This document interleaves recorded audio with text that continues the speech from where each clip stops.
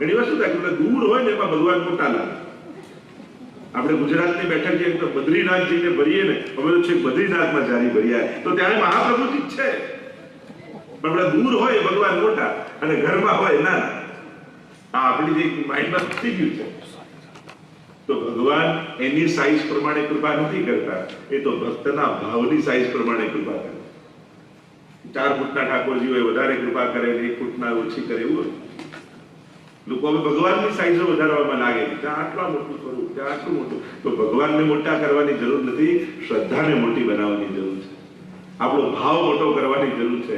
પ્રભુની સાઈઝો વધારવાથી ભગવાન મોટા, એ તો અંગુષ્ઠ માત્રનું બાલકૃષ્ણજીનું સુરતમાં વિરાટનું સ્વરૂપ હોય તો એમાં એટલા જ ઠાકોરજી છે.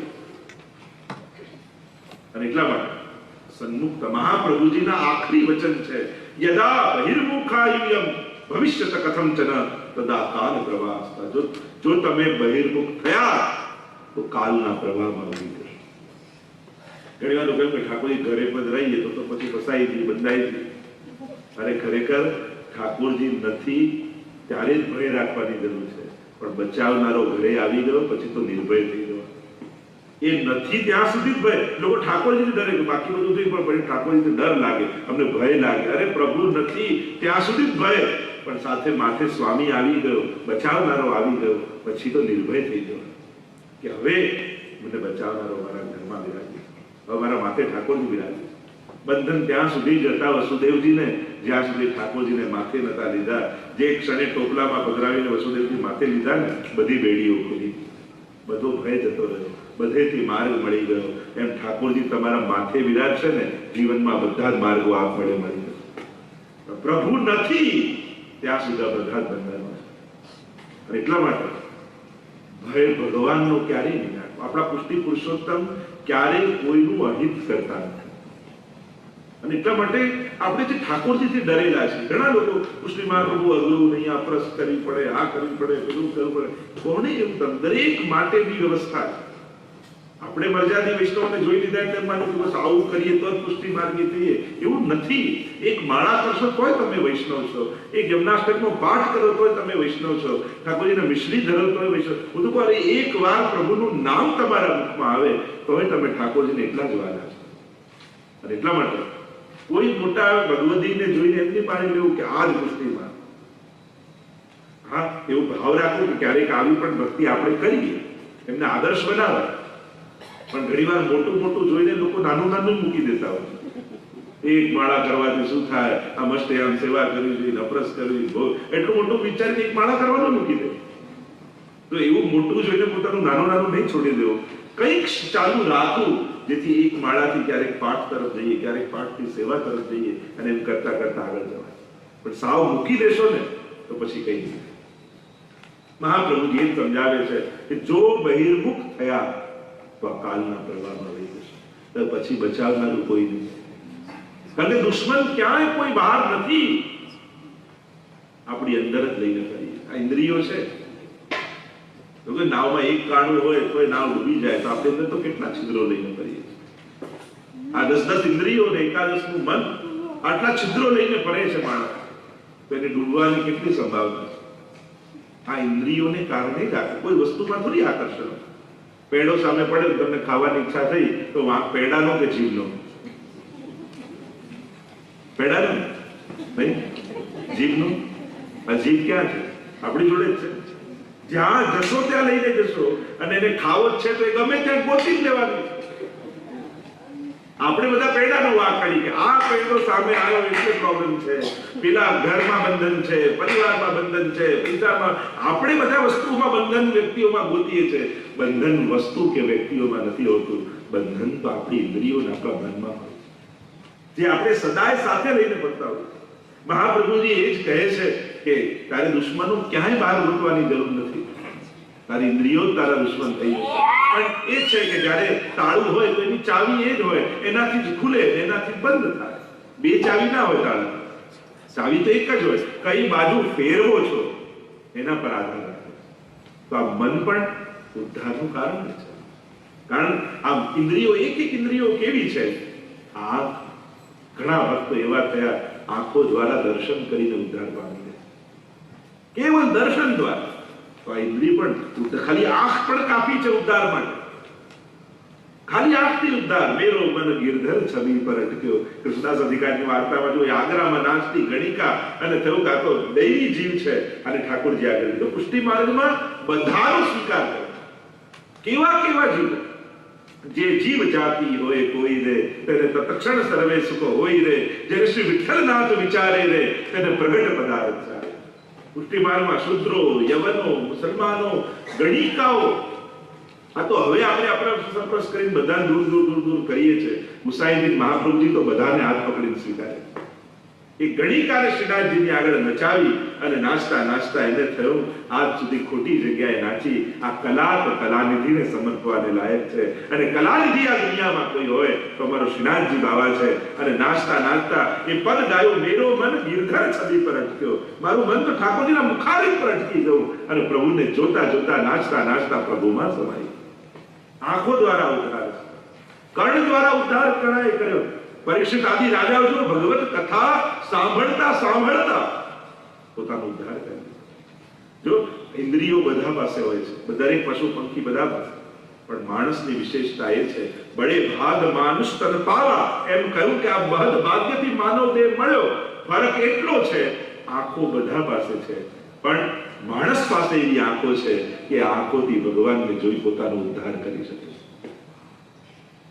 કાન બધા પાસે છે, પણ માણસ પાસે એવા કાન છે જે ભગવાનની કથા સાંભળી પોતાનો ઉદ્ધાર કરી શકે. જીભ બધા પાસે છે. પોપટ પણ રામ બોલતો હશે પણ એ રામને જાણતો નથી, પણ માણસ જ્યારે બોલે છે ત્યારે ભગવાનના કાન સુધી એ પહોંચે. આ માણસની વિશેષતા એ છે કે એની પાસે એક એક ઇન્દ્રિયો એવી છે જે ભગવાન સાથેનો મેળાપ કરાવી શકે. અને એટલા માટે યદા બહિર્મુખાયુયમ ભવિષ્યત કથમ ચન તદા કાલ પ્રવાહસ્તા દેહ ચિંતા દેવો. કાલના પ્રવાહમાં વહી જશો. અને એટલા માટે આ આંખોને રોજ પ્રભુના દર્શન આપો. અને ત્યારે જે આંખોને તૃપ્તિ થાય છે. અહીંયા સેવા એટલે કેવલ ભોગ ધરવાને, ટેરા લગાવવાને, હાથ ખાસા કરવા જ નથી. એ વૈષ્ણવનું આખા જીવન જીવવાનો વિવેક આવી જાય છે કે અરે આ આંખે કાલે મારે ઠાકોરજીના દર્શન કરવાના છે તો આ આંખે પાપ કેમ જોવું? પછી આ આંખો લઈને ઠાકોરજી આગળ કઈ રીતે જઈશું? આ હાથથી મારે કાલે લાલનને ગોદમાં લેવાના છે, આ હાથે કોઈને પાડવાની કોશિશ કેમ થાય? કોઈનું છૂટવવાની કોશિશ કેમ થાય? આ જીભે કાલે મારે પ્રભુના ગુણગાન કરવાના છે. લાલન જાગો હો વયો ભોર, મારે પ્રભુને જગાવવાના કીર્તન મારે પાઠ કરવાના છે, તો આ જીભે કોઈની નિંદા કેમ કરી શકો? અને જે પાત્રો આપણે ઠાકોરજી માટે વાપરવાના હોય ને એને બીજે ખરાબ જગ્યાએ નથી વાપરતા. એનો વિચાર આવે કે આમાં તો ઠાકોરજીની સામગ્રી કરવાની છે. જે દિવસે તમને એમ થશે કે આ ઇન્દ્રિયો તો પ્રભુ માટે છે, એને ખરાબ જગ્યાએ કેમ વાપરી શકાય? આ વૈષ્ણવને વિચાર આવે છે. એને એમ થાય અરે મારે કાલે પ્રભુના ગુણગાન ભગવત કથા સાંભળવાની છે, આ કર્ણથી કોઈની નિંદા કેમ સાંભળવી? એને ચિંતન થાય. સેવા એટલે પ્રભુ માટે તૈયાર થઈને જીવવું. કેવલ ભોગ ધરવાને ટેરો લગાવવો નહીં, પણ એના જીવનમાં એક ડિસિપ્લિન પેદા થાય છે. મારે બીજા દિવસે ઠાકોરજીને મોઢું બતાવવાનું છે. હું કઈ રીતે પ્રભુથી આંખથી આંખ મેળવીશ? એ આખા ચિંતન સાથે આખો દિવસ ગાળે છે વૈષ્ણવ. એ કાલે મારે પ્રભુ સામે જવાનું છે. મારાથી આ દિવસે એવું કઈ ન થાય જેથી કાલે હું પ્રભુથી નજરથી નજર ન મેળવી શકું. કાલે પ્રભુના ચરણસ્પર્શ કરતા મને સંકોચ લાગે એવું મારાથી કઈ નથી શકે. આ ચિંતન સાથે જે જીવે એ વૈષ્ણવ. મહાપ્રભુજી અહીંયા કહે છે. અને એક સમયે ત્યાં સ્વયં શ્રીનાથજી પ્રગટ થયા. કહ્યું પોતે ગ્રંથ પૂરો કર્યો. મયી ચેતસ્તે વિશ્વાસ શ્રી ગોપીજન વલ્લભે તદા કૃતાર્થાયુયમ હિ શોચનીયમ ન કરે છે. સ્વયં ઠાકોરજી આવીને ગ્રંથ પૂરો કર્યો કે મુજ ગોપીજન વલ્લભ શ્રીનાથજીમાં જો તમને વિશ્વાસ છે તો આ કાળ તમારું કઈ નહીં બગાડે છે. અને એટલા માટે આપણે ત્યાં તો કલયુગ માટે પણ કહ્યું સબ જુગતે અધિકારી કલયુગ જા જુગ મેં શ્રી વલ્લભ પ્રગટે સેવા રીતે દેખાય. બીજા બધા ભલે કલયુગને ગાળો આપતા હોય, ભગવદીઓ તો કહે છે અમારા માટે તો બધા યુગોથી શ્રેષ્ઠ કોઈ યુગ હોય તો આ કલયુગ છે. કારણ કે આ યુગમાં તો મારા મહાપ્રભુજી પ્રગટ થયા. આ યુગમાં તો અમને સેવા મળી છે. કારણ અન્ય યુગોમાં કોઈ યજ્ઞનો યુગ હતો, કોઈ ઉપવાસ મંત્ર જાપનો યુગ હતો, પણ આ યુગમાં શ્રી મહાપ્રભુજીએ પ્રગટ થઈ અને અમારા ઘર ઘરે ઠાકોરજી પધરાવી ઘર ઘરને નંદાને બનાવી દીધા છે. એ સમયે તો નંદ ઘેર આનંદ થયો હતો અને મહાપ્રભુની કૃપાથી આજે ઘરે ઘરે આનંદ થઈ રહ્યા છે. એટલે અમારા માટે તો સર્વયુગથી શ્રેષ્ઠ કોઈ યુગ હોય તો આ કલિયુગ છે. અને ત્યારે મહાપ્રભુજીએ ગ્રંથ પૂરો કર્યો. આખો વૈષ્ણવ સમાજ ગંગાજીના ઘાટ પર આવીને ભેગો થયો.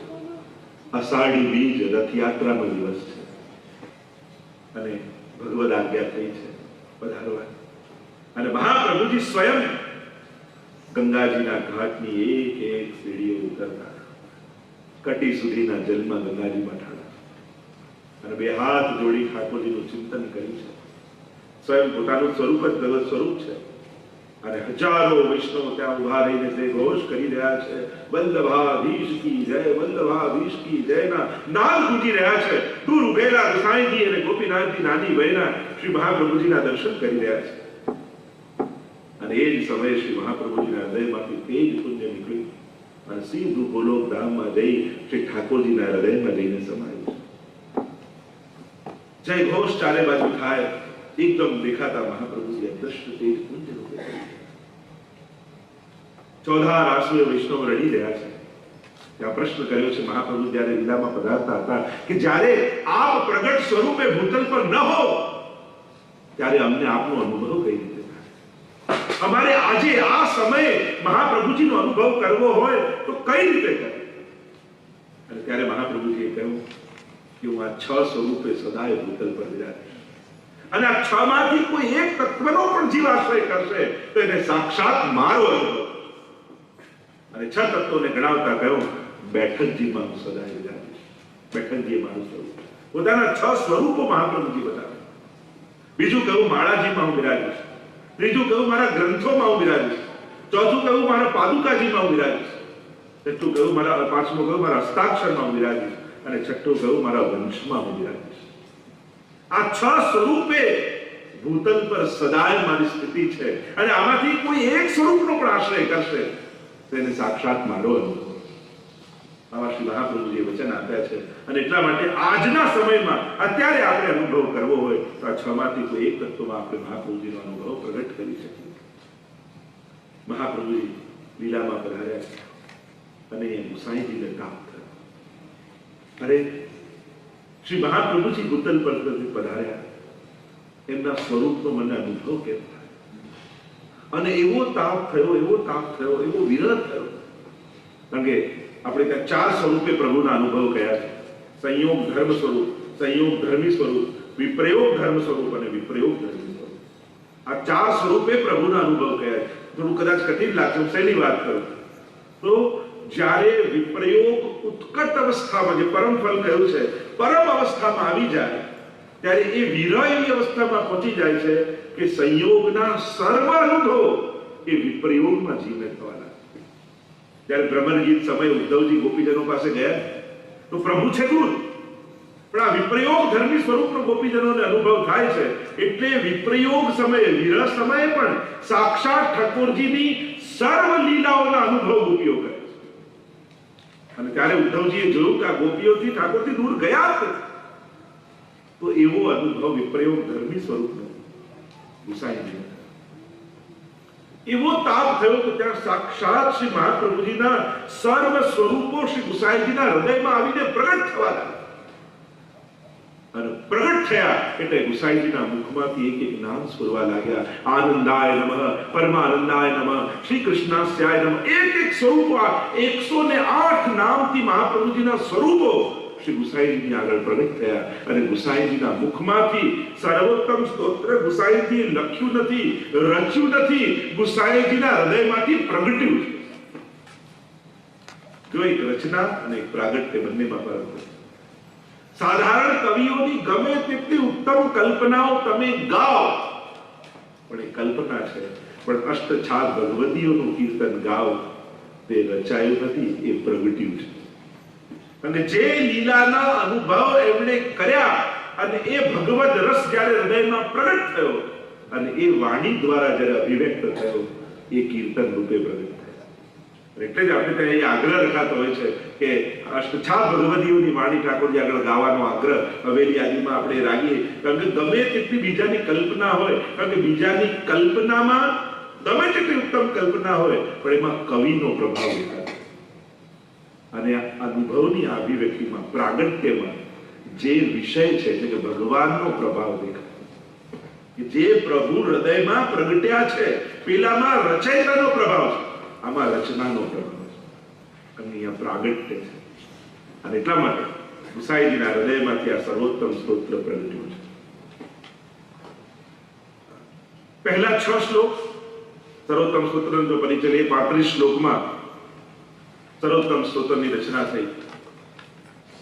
ભાગવતજીમાં જ્યારે કથા થતી હોય ત્યારે 6 અધ્યાયમાં મહાત્માની કથા કહેવામાં આવે, પદ્મ પુરાણ અંતર્ગત. એ 6 અધ્યાય એટલા માટે કે ભગવાનની કથા છે. અને ભગવાન કોને કહેવાય? તો કે ઐશ્વર્ય, વીર્ય, યશ, શ્રી, જ્ઞાન અને વૈરાગ્ય, આ 6 વસ્તુ જેમાં હોય એને કહેવાય ભગ. અને આ ભગ જેને ધારણ કર્યું હોય એને ભગવાન કહેવાય. જેમ ધન જેની પાસે ધનવાન, યશ જેની પાસે યશવાન, એમ ભગ જેની પાસે હોય ભગવાન. તો 6 ગુણ એને ભગ કહેવાય. તો અહીંયા મહાપ્રભુજીના પણ વર્ણન કરતા 108 નામમાં પહેલા 6 શ્લોકમાં સર્વોત્તમ સ્તોત્રના મહાત્મ્યના શ્લોકો કહેવામાં આવે.